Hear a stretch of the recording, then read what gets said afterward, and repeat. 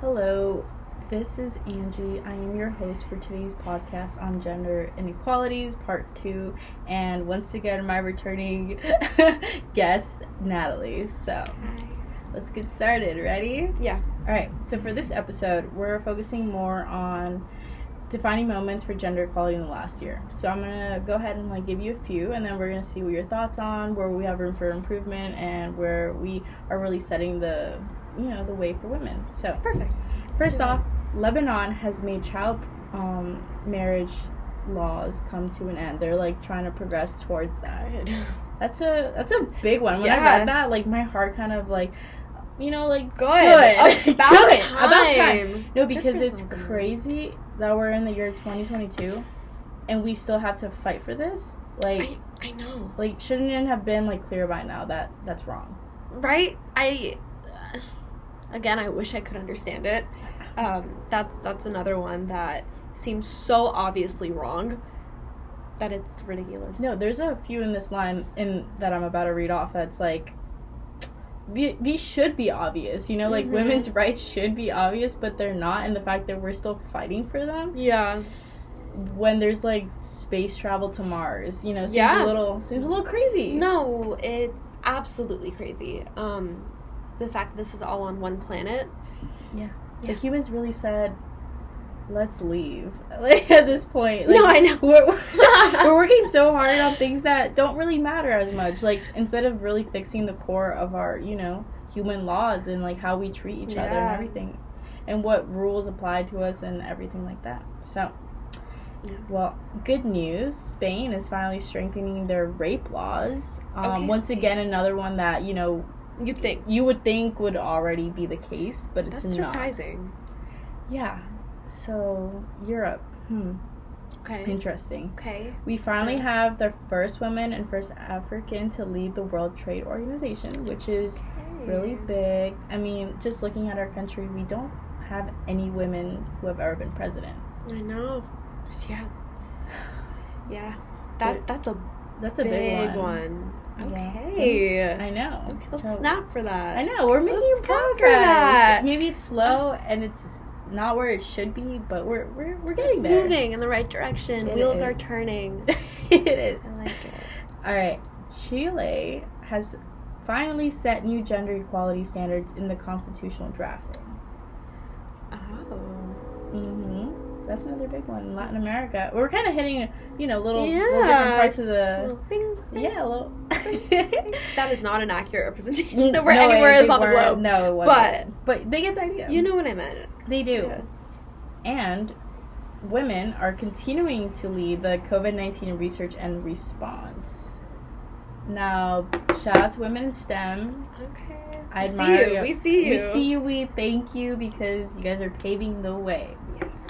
So, crazy, right? Those are some really big, I'm proud. Yeah. I feel proud. I know. There's so many, bad things in this world, and we can sit here and talk for hours about the bad. But, it's always good to take time and really... Absolutely. See, the good and, what we're actually, making changes in. Yeah. It's, like you said, we know so much about the bad. This is something that should have been screamed from the rooftops. This is big. It's huge. I know. I wish I knew about that. There's not enough media coverage. I know. There's just too much of everything on the media. Yeah, and most of it is negative. Very negative. It's always good to kind of clear your head and think it's positive. So I love that. All right, so leading. In 1848 was the Seneca Falls Women's Rights Convention. It's been multiple years since we started fighting for women's rights just here in the United States alone. Mm-hmm. Considering we are a younger country in comparison to others, what are some highlights you know of how women have progressed throughout the years? Example, voting. Yeah. That's a big one. So what do you think, adding to that list? What do you think are some benefits and, improvements that we've had as a gender? As a gender, I think, adding more women into the Supreme Court, that is a massive one. I think that,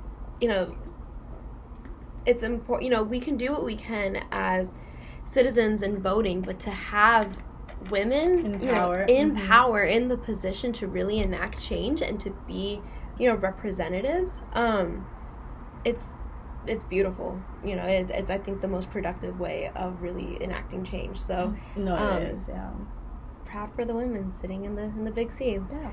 I mean, there's only so much, you know, writing and calling our senators will do if they believe a certain way. It's hard to, you know, change the people's mindset. So, if anything, it's easier to just replace those people who don't serve gender equality and replace them with people who do and will fight for those things. No, exactly. It's such a privilege for, you know, us to even be able to vote and to have a democracy, and, you know, it would be an absolute waste for, you know, not to exercise that privilege and vote and, you know, elect officials who can actually enact change.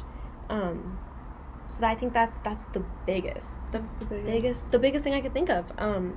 It really spearheads every movement, actually having women in the room, you know, talking to these men and, you know, getting them out of office, you know? Yeah. It should be, I mean, as much as we have already grown and have had more women in the Supreme Court and House of Representatives and everything, there's still a lot of room, you know? We need more. We need more. We're not done. We're not We're not far away from that. Vote for me. No, because, I mean, look what happens when we don't have women fighting for our rights or men who do believe in equality.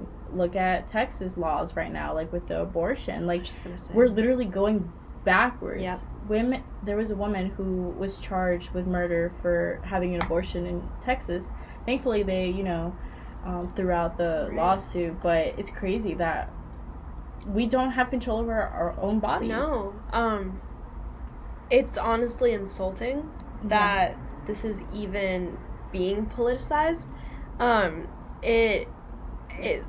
It's a basic human right. It's a basic human right, and I really do not understand why there are sides to this. And I get it. I understand each argument. I do. But the point is, it's an argument. There are choices in that argument. You know what I mean? You can either decide to agree or disagree. So why don't we just leave it at that? Leave it as a choice. 100%. You know what I mean? Like, there isn't one way.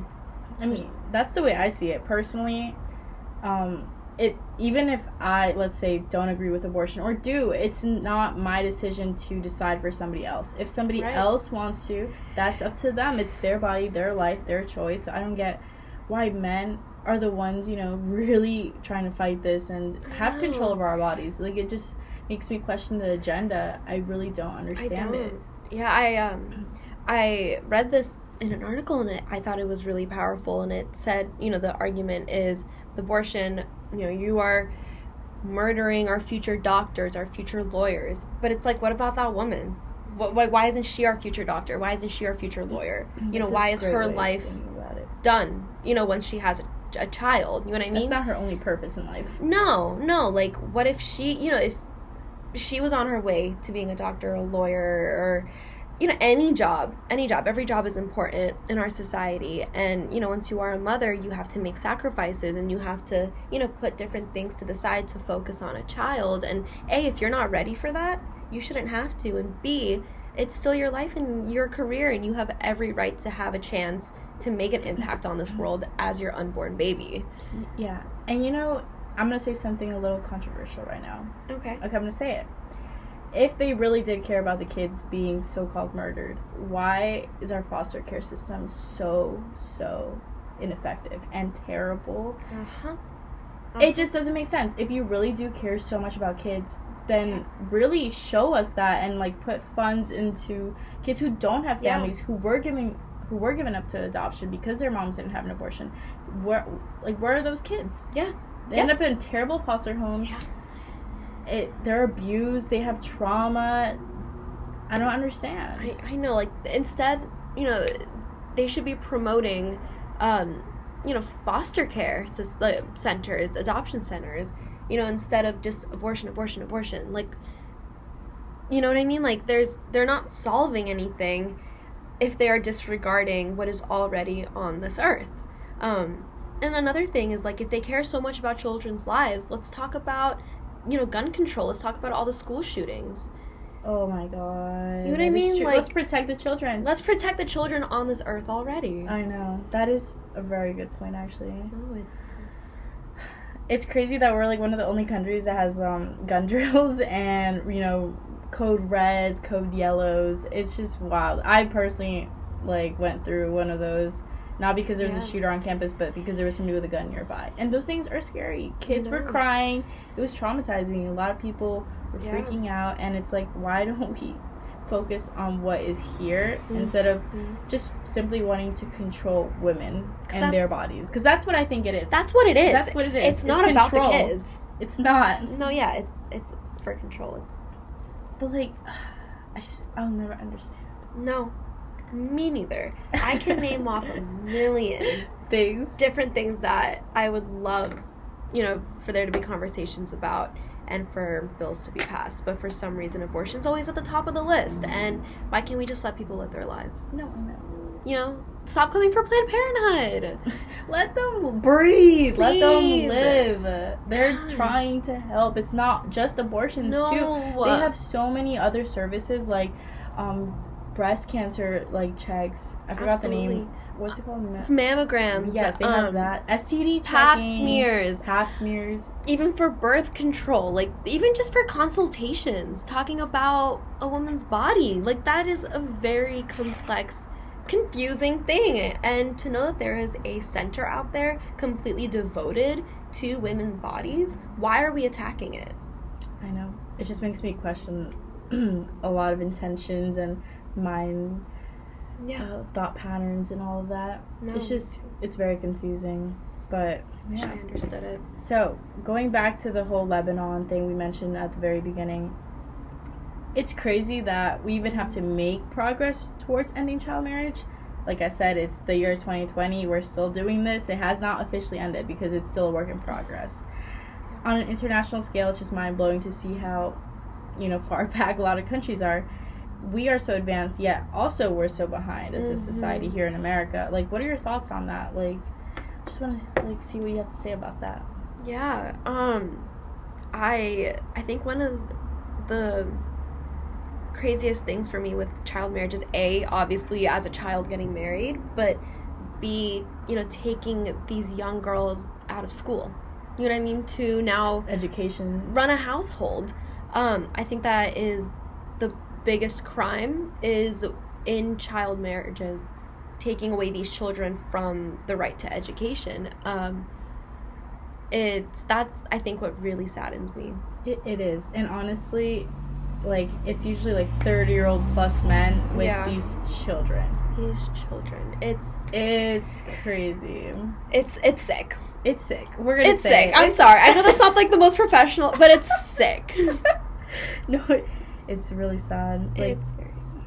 And that's, in my mind, I feel like that's just another way to control women, but it's starting them off, starting at, girls, starting at young kids. You know what I mean? It's, when you're young, you're so impressionable, and, you don't know so much, and so to take these young girls away from a facility that's supposed to educate them, and then expect them to, be wives when they're still kids, to steal them from their childhood, steal them from their education, from, their families, their friends. There's so many crimes being done there and injustices being done to a human life. Yeah. And they're just kids. I know. The fact that you're a child and not even your parents have your best interest at heart, it's really sad. They're literally viewed as like a transaction. Like, it's money. The dowries, the marrying into a better family, all of that. It's literally all just to, like, propel their family forward. Yeah. You don't get a say. Like, as a girl, you don't get a say, and it's crazy to think that even like their sexualities are being held against them too. So that is a big factor. A very big factor. Say that they do have premarital sex. They are dirty, they're clean, they are shamed from their families, they are, disowned. They are. Just for being human. No, because purity and, like, how it's held at a standard so high for just women is what really gets me mad. Because if you're gonna push that narrative forward that premarital sex is a sin, and it makes you dirty and it makes you not love yourself, then why aren't men held to that same standard? Why are men celebrated for going out and being with women, right, or exploring whatever they need to explore? Like, but exactly, we're condemned for it. So it's just crazy. It's absolutely crazy. I don't think I've never heard of a man being considered dirty, because he, is in, like, or did, like, premarital sex. You know what I mean? Like, he's never lost his family. He's never lost his respect, his standing in society. But, a girl, a woman who does engage in premarital sex is, a temptress. She, is unholy. She's unclean. And it's no longer worthy. No longer worthy. It's crazy to see that, even though we still have that today, like, even watching shows like Bridgerton, that's super famous right now, super popular, it's still the same. Like, for example, the main character, Anthony, spoils her head if you haven't seen season 2, but Mr. Anthony, he's paying people to sleep with him, he's in brothels. He's in brothels. Yeah. He's doing whatever he wants, and he's the Viscount, and nobody says anything, nobody questions him, nobody cares. But a woman can't even be caught in a garden with a man by herself. By herself. They don't even have to do anything. Yeah. Because then she's no longer a ladylike. And she has to get married to him because they were seen, just in the same room, like, alone. And that, it's kind of ridiculous that a woman's worth is being held to, their, I guess, almost lack of sexual experience. You know what I mean? Mm-hmm. It's a very unrealistic and just ridiculous standard, and I don't understand, why that is even a judge of anybody's character or lack or, worth. Yeah. There's so many issues. There's so much to talk about, but we hit some really heavy but much needed topics in this episode. And it leaves us with a lot to think about, and just I honestly could think about this, like, all night. No, me too. Yeah. Me too. Well, I really appreciate your thoughts. This concludes episode 2. So, yeah. Thanks again, your host, Angie. And thanks for having me. Yeah, my awesome and amazing guest, like always. Thank you. You really do make my brain think, so I appreciate that. Thank you for picking my brain. Yes. All right. See you guys for episode 3. Bye.